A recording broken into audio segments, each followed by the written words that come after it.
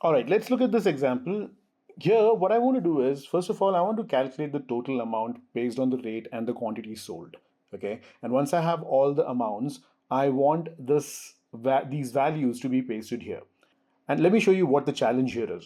If I come here and I can simply do this, rate multiplied by quantity, press enter. I have the amount. I can simply come here and double click here to have the formula applied to all the cells. Now I have the amount for each product here. I can copy this, come down here and press Control V to paste it. But look at this, it's giving me an error. Why is it giving me an error? Because it's also copying the formula that I applied here.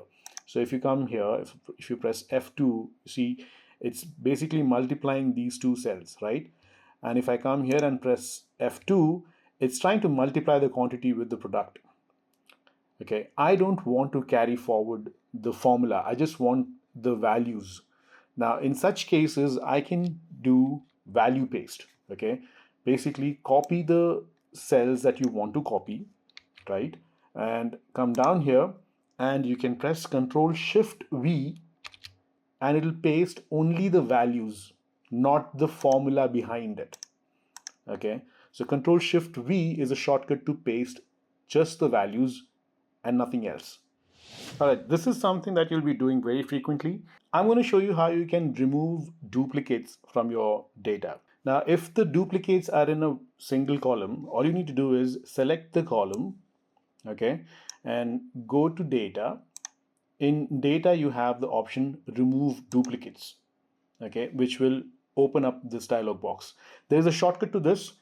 You don't need to actually go to data and select this. You can close this. What you can do is press Alt AM and it will take you to there. That's the shortcut, Alt AM. Okay, now that we're here, I just want to remove the duplicates based on this one column. Okay, so I can select continue with the current column and click on remove duplicates. And now I can just simply click on OK. And it has found 5 duplicates and it has removed those. Okay, so all the duplicates are removed. But let me show you another example. Here we have the same data, but we have added the city names to it. Okay. Now what we've done is each employee is actually shown to be representing multiple cities. So Daniel Morgan is representing San Francisco. Daniel Morgan is also representing San Diego, right? And again, Daniel Morgan is representing San Francisco. So basically there are duplicates here. We want to have only unique values. All you need to do is select the cells or the columns from where you want to remove the duplicate. Press Alt A M and you want to remove the duplicate based on the 3 columns, right? You want unique entries. If I click on OK now, and you see we have 4 duplicate values found and removed, 11 unique values remain. Now we don't have the same employee representing, showing to be representing the same city again and again. So Daniel Morgan is representing San Francisco. The next time we see Daniel Morgan, he's representing San Diego, right? So we do not have duplicates like that. Okay, let's look at this next example.